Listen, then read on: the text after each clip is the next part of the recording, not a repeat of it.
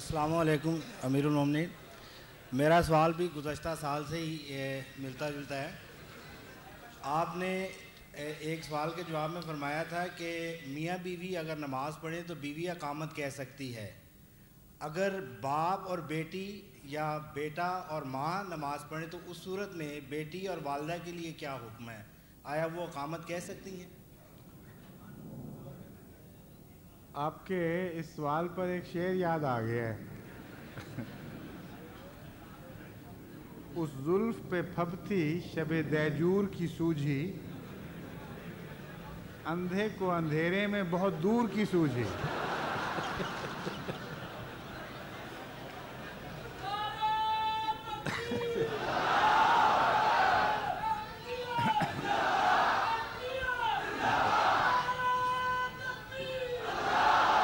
میں نے کہا آپ کن چکروں میں پڑ گئے ہیں، خدا کا خوف کریں. یہ کوئی سوال ہے کرنے والے؟ بیٹی نے اقامت کہہ دی، بیوی نے کہہ دی، بھائی نے کہہ دی، کیا فرق پڑتا ہے؟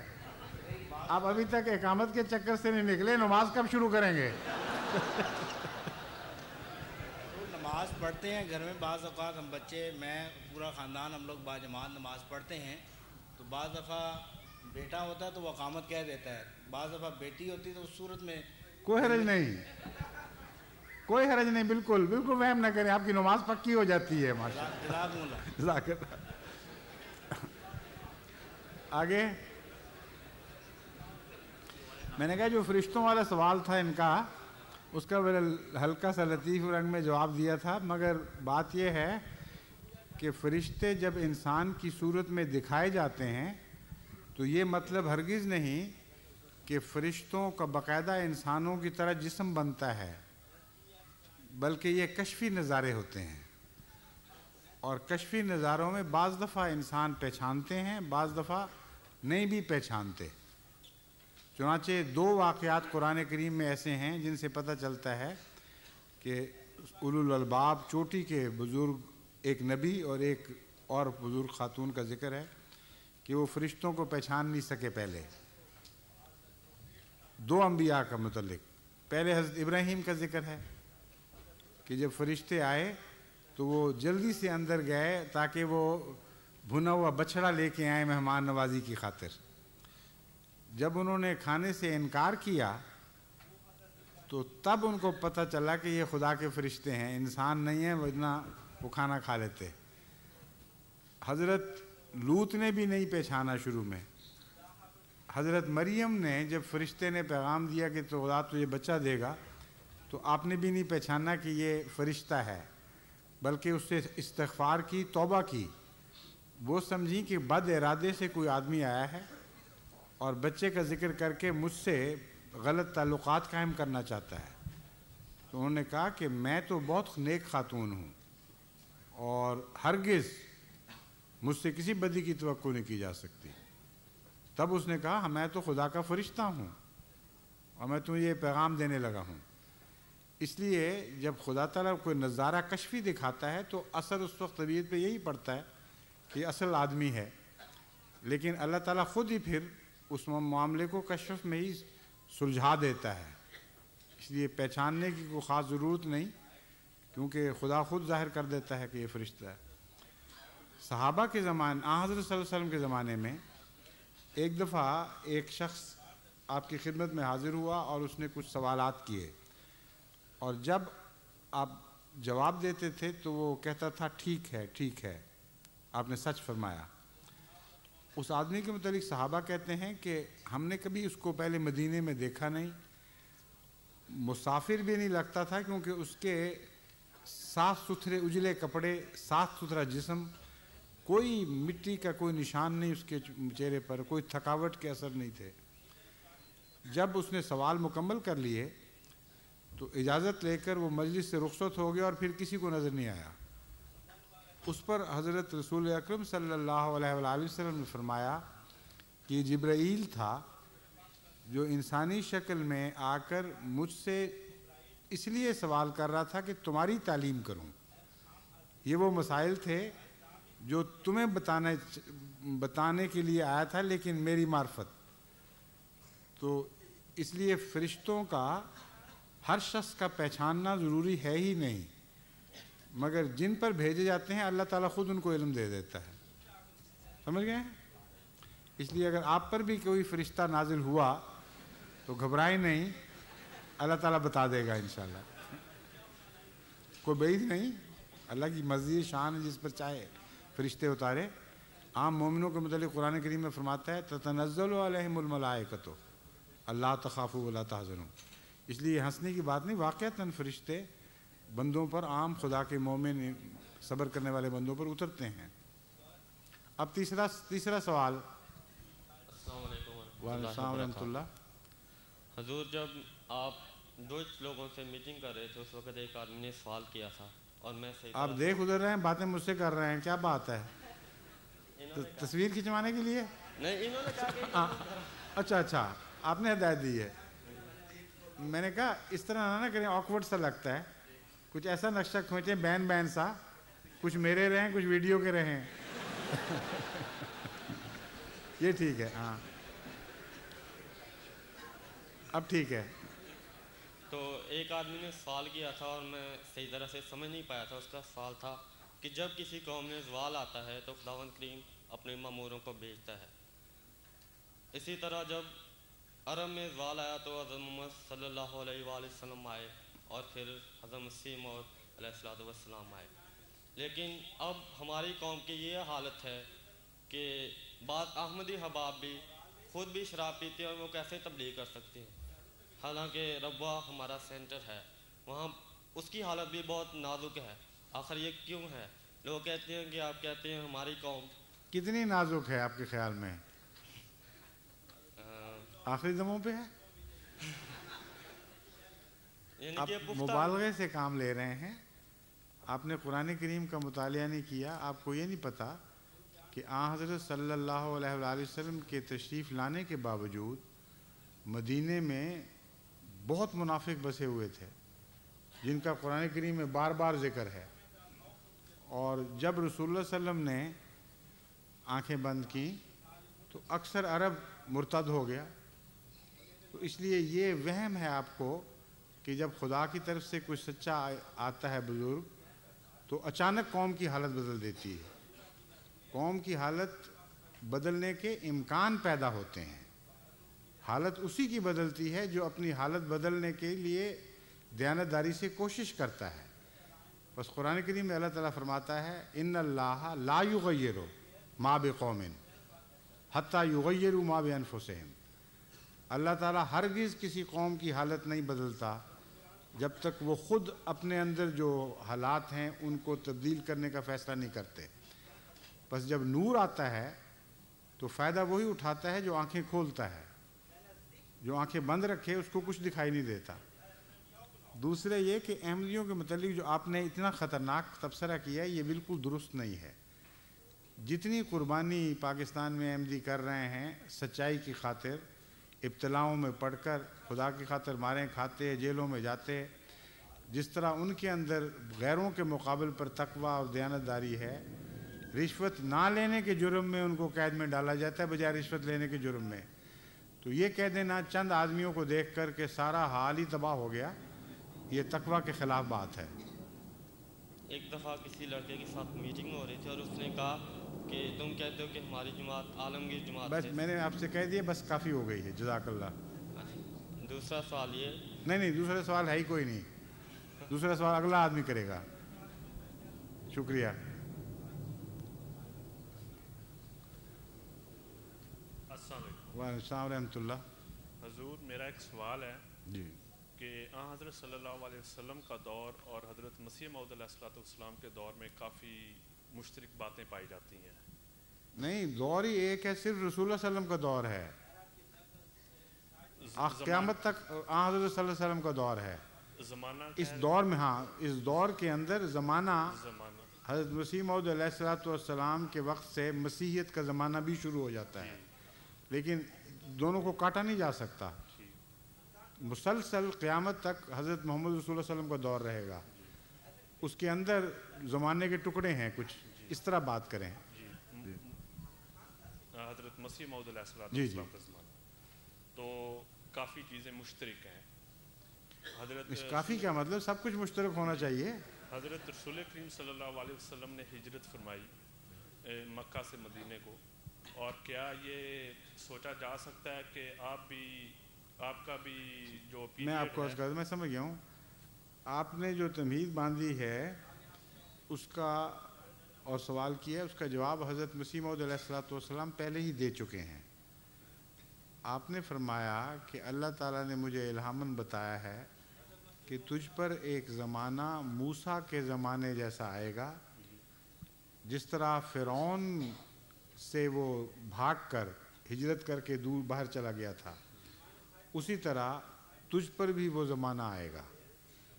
لیکن ساتھ ہی فرمایا کہ اس الہام کا مطلب یہ نہیں ہے کہ میں ہوں ضروری، ہو سکتا ہے میرے بعد میرے کسی خلیفہ کے ذریعے اللہ تعالیٰ اس پیشگوئی کو پورا فرمائے. تو آپ کے سوال کا جواب تو حضرت مسیح موعود علیہ السلام پہلے ہی دے چکے ہیں. شکریہ جی، خدا. السلام علیکم.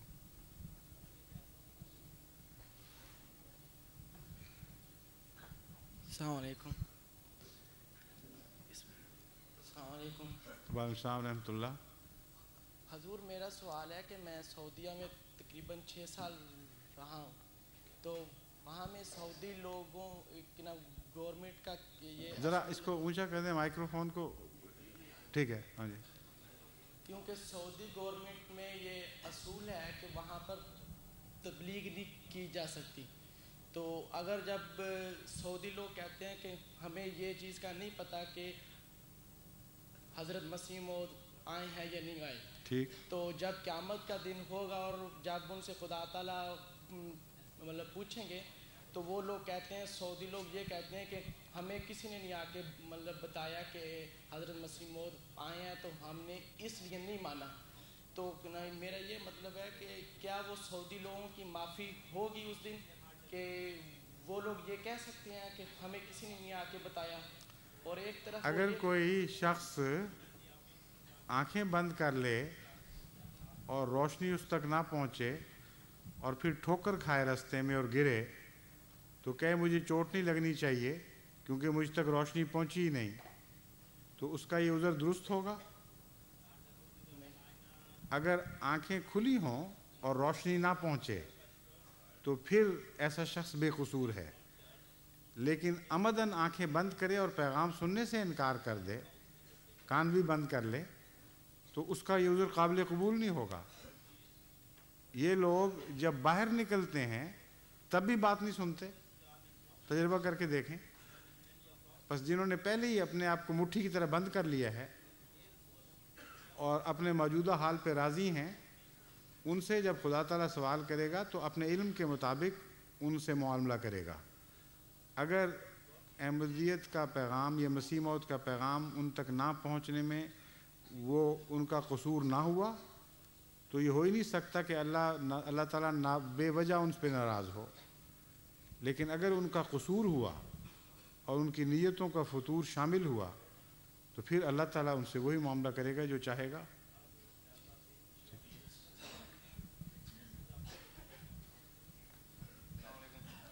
حضور آپ کی خدمت میں 2 سوالوں کی درخواست ہے. جی فرمائیے. پہلا سوال پاکستان کی شریعت نفاذ شریعت کے متعلق ہے. ایک سیکنڈ میں اعلان کر دوں. ضیاء اللہ طاہر اگر یہ اعلان سن رہا ہو تو سٹیج پر آ جائے. امیر صاحب جرمنی کا بیٹا ضیاء اللہ طاہر یہاں بیٹھا ہوا ہے کہیں؟ ضیاء آ جاؤ. ڈرو نہیں، کوئی نہیں تمہیں کچھ کہتا. آ جاؤ.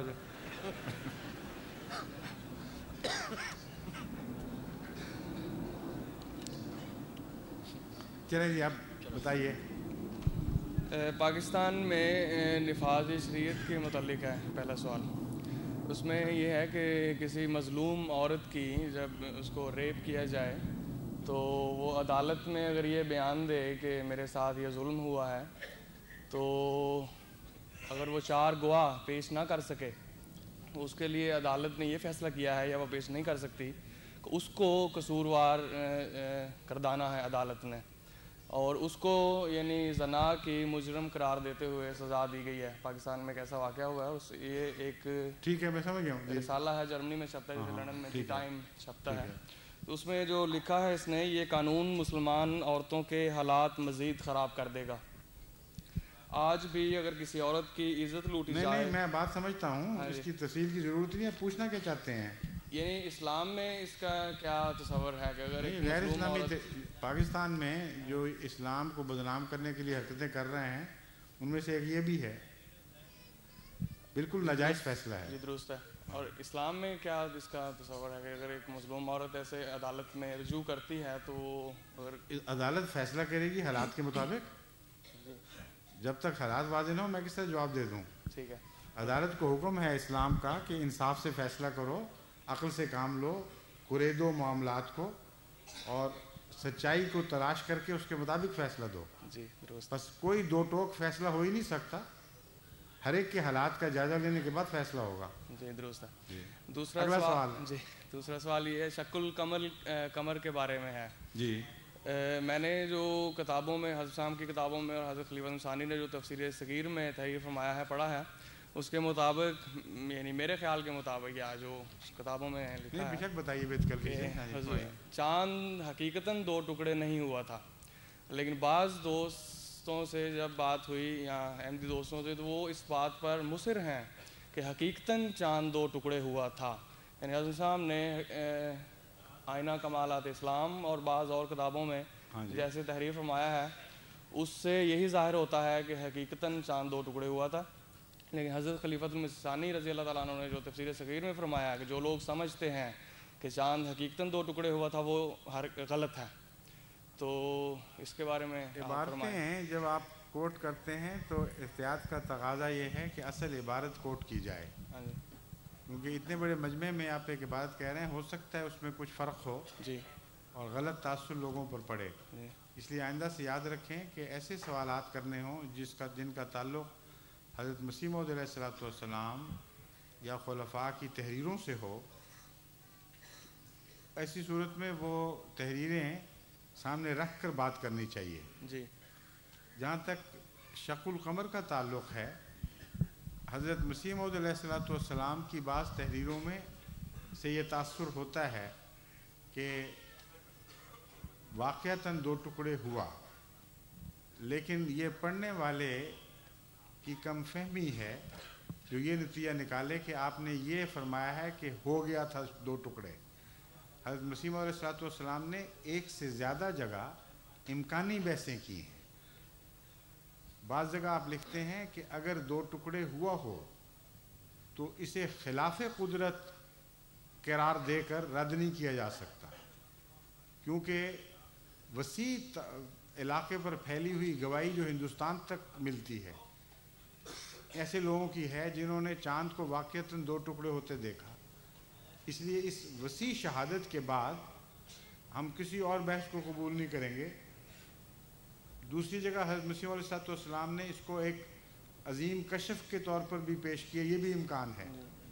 اس لیے جب حضرت مسیح موعود علیہ الصلوۃ والسلام مختلف امکانات کھول رہے ہیں تو آج کل کسی کا یہ کہہ دینا کہ نہیں آپ یقینی طور پر صرف دو ٹکڑے سمجھتے تھے، یہ درست نہیں ہے۔ حضرت مسلم موعود نے جو ان امکانات میں سے ایک کو اخذ کر لیا اور ایک کو قبول نہیں کیا، اس کی وجہ زیادہ تر یہ تھی کہ آپ کا یورپین اعتراضات کا سامنا تھا آپ کو، اور آپ کے علم میں یہ بات لائی گئی کہ جو زمانہ بیان کیا جاتا ہے اس زمانے کی چاند کی تاریخ کے مطابق کوئی واقعہ چاند کے پھٹنے کا نہیں ہوا، یعنی سائنٹیفک گواہی کے طور پر۔ اس لیے ایک ایسی بات آپ کے علم میں لائی گئی جو حضرت مسیح موعود علیہ السلام کے زمانے میں آپ کے سامنے پیش نہیں کی گئی، اس پر آپ کے نزدیک صرف ایک ہی تشریح باقی رہ گئی کہ جو بھی ہوا ہے وہ واقعتاً پھٹنا نہیں ہوا بلکہ ویسا پھٹنا دیکھا گیا ہے۔